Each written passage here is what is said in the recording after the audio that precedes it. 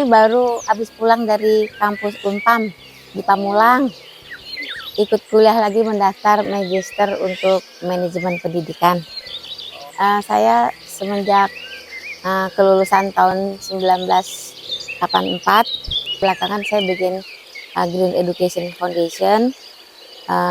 Kemudian bersama adik saya membuat sekolah alam, sudah sampai ratusan yang tersebar di Indonesia. Maka saya ingin mengetahui sejauh ini apa yang saya sudah kerjakan bersama adik saya Lendono almarhum, apakah bisa setara dengan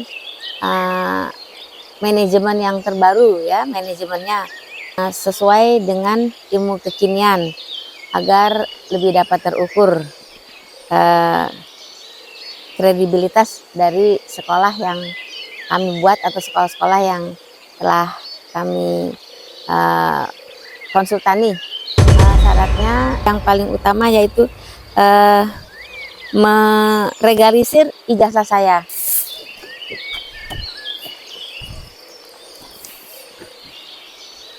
Ini ijazah saya. Nah. 1984 ini ya? Ya, 40 tahun yang lalu saya harus kembali ke kampus Universitas Negeri Jakarta sekarang. Tapi dulu waktu itu kampusnya bernama UIP Jakarta. Kedengarannya sih sederhana, hanya melegalisir ijazah. Tapi 40 tahun yang lalu belum ada komputer, semua masih menggunakan mesin tik. Jadi dokumen-dokumen dan buku besar atau general ledger yang mencatat ijazah-ijazah yang pernah dikeluarkan oleh perguruan tinggi itu masih berupa kertas-kertas dan buku-buku catatan. Dulu, waktu saya masih bekerja di BUMN, berkas-berkas dan dokumen-dokumen yang sudah berumur 10 tahun dipindahkan ke gudang-gudang di Pulau Gadung supaya tidak memenuhi ruang kantor. Dan yang sudah berumur lebih dari 25 tahun umumnya bisa dimusnahkan dengan berita acara. Nah, kalau perguruan tinggi bagaimana? Apa yang mereka lakukan terhadap dokumen-dokumen kemahasiswaan yang sudah berumur 40 tahun lebih? Tentu tidak akan terus disimpan di kampus karena akan menyita banyak ruangan. Tetapi kalau sudah disimpan di gudang, pertanyaan berikutnya adalah gudang yang mana, di rak yang mana, di buku yang mana, dan seterusnya. Ibarat pekerjaan mencari jarum di tumpukan jerami. Mari kita cari tahu. Pertama kita harus bertanya, yang dulu namanya IKIP atau Institut Keguruan dan Ilmu Pendidikan sekarang berubah menjadi fakultas apa di UNJ atau Universitas Nasional Jakarta ini. Kemudian kita cari tahu yang mana gedungnya karena seingat saya dulu di sini adalah lapangan terbuka. Selanjutnya bertanya tentang bagian kemahasiswaan ada di lantai berapa dan di ruang mana. Setelah itu barulah mengajukan pertanyaan yang amat sangat penting, yaitu apakah ijazah Bu Lola masih bisa dilegalisir? Sempat terjadi diskusi di antara para petugas bagian administrasi kemahasiswaan di Fakultas Ilmu Pendidikan ini. Sampai mereka harus mengadakan rapat dengan dekan untuk memutuskan apa yang harus dilakukan menghadapi permintaan yang mungkin sangat jarang terjadi ini, yaitu mengakui bahwa yang bersangkutan adalah benar-benar lulusan perguruan tinggi ini 40 tahun yang silam. Setelah lebih dari 5 jam, akhirnya Bu Lola pun keluar dari gedung Fakultas Ilmu Pendidikan. Ijazah saya tidak dapat dilegalisir di UNJ atau di UIP Jakarta karena bekas-bekasnya sudah 40 tahun yang lalu. Maka melalui rapat dekan, saya diberikan surat keterangan tanda sudah pernah lulus di IKIP Jakarta atau UNJ. Semoga surat keterangan ini dapat diterima di Unpam. Hari ini Bu Lola kembali ke Universitas Pamulang. Kelengkapan berkas yang diminta yaitu salinan ijazah yang dilegalisir tidak dapat diperoleh dari kampus IKIP yang sekarang sudah berubah menjadi UNJ. Apalagi surat pernyataan bahwa namanya sudah tercatat di Dirjen Pendidikan Tinggi. Dengan data tahun 1984, sebuah persyaratan yang rasanya mustahil untuk dipenuhi. Namun Bu Lola akan tetap mencoba dengan berbekal surat keterangan yang diterbitkan oleh Fakultas Ilmu Pendidikan UNJ bahwa beliau adalah benar lulusan perguruan tinggi tersebut.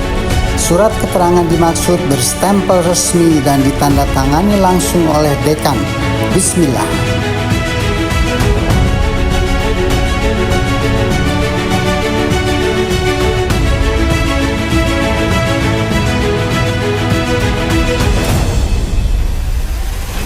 Petugas di bagian penerimaan mahasiswa baru Universitas Pamulang segera melakukan pemeriksaan berkas-berkas yang diajukan oleh Bu Lola.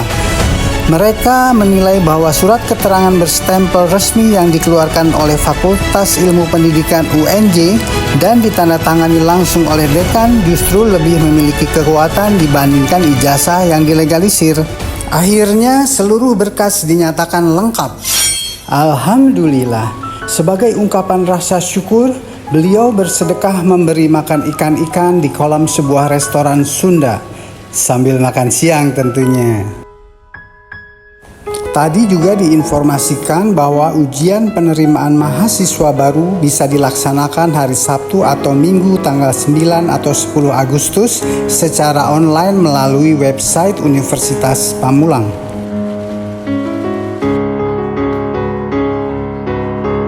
Bu Lola memilih untuk melaksanakan ujian pada hari Minggu tanggal 10 Agustus sore. Ujian online itu terdiri dari 50 soal tertulis dan berhasil diselesaikan dalam waktu kurang dari 2 jam.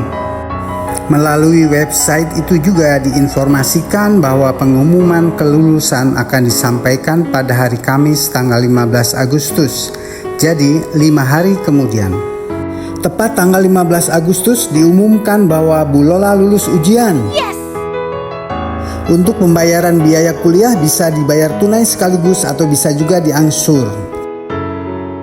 Pembayaran uang kuliah sudah dilakukan secara online, namun hari ini Bu Lola tetap datang ke kampus 2 Universitas Pamulang untuk mengambil jaket alma mater dan juga membuat kartu tanda mahasiswa.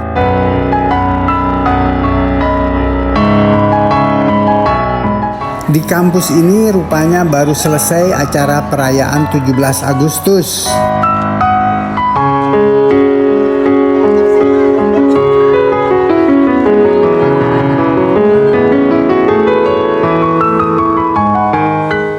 Petugas yang baik hati di meja ini memberikan layanan khusus buat Bu Lola agar tidak harus mengantri panjang ke loket.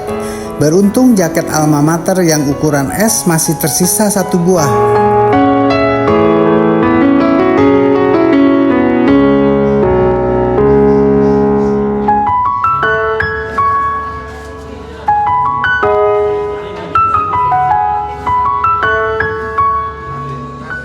Selanjutnya mengantri diambil foto untuk keperluan pembuatan kartu tanda mahasiswa. Alhamdulillah saya sudah diterima menjadi mahasiswa Pascasarjana Universitas Pamulang. Ini kartu mahasiswa saya dan hari ini saya mengikuti matrikulasi. Doakan ya supaya kuliah saya berjalan lancar.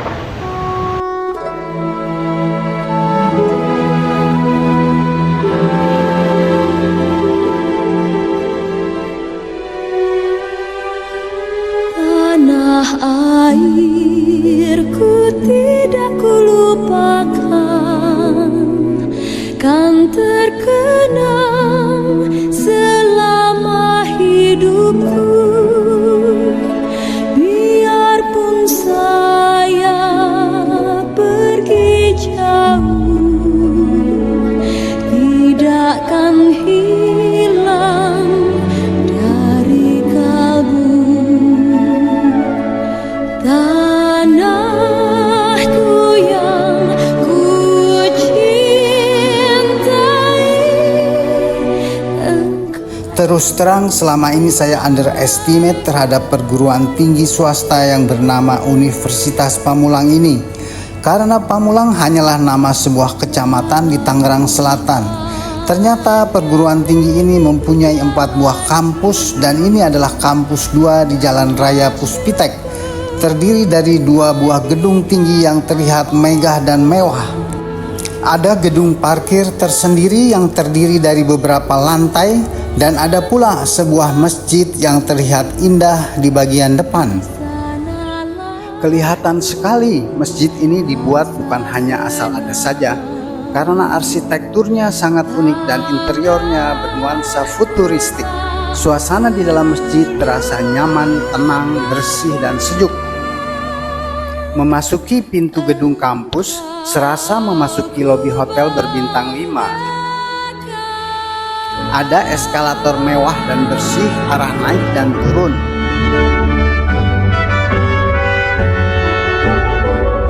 Ada juga elevator atau lift, jumlahnya tidak tanggung-tanggung, 6 buah.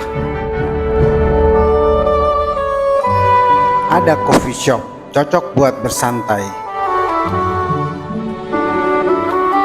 Minimarket ini menyediakan kopi self-service dan cemilan hangat yang bisa dinikmati di deretan bangku yang ada di dalam. Ini yang mengejutkan. Di lantai basement, persis di bawah lobi, ada food court yang sangat luas. Nampaknya tidak kurang dari 100 tan makanan ada di sini. Ada salon. Di dalam gedung ini juga ada kantor sebuah bank, dan juga ada ATM center dari beberapa bank. Juga ada ambulans yang standby. Dan yang membuat saya salut dan menaruh hormat kepada kampus ini adalah adanya ubin taktil atau guiding blocks sebagai panduan bagi kaum disabilitas, khususnya tunanetra. Mereka akan dipandu dengan guiding blocks berwarna kuning itu menuju lift. Keluar dari pintu lift, guiding blocks akan membawa mereka menuju ke kelas-kelas yang nomornya bisa mereka raba dengan tangannya.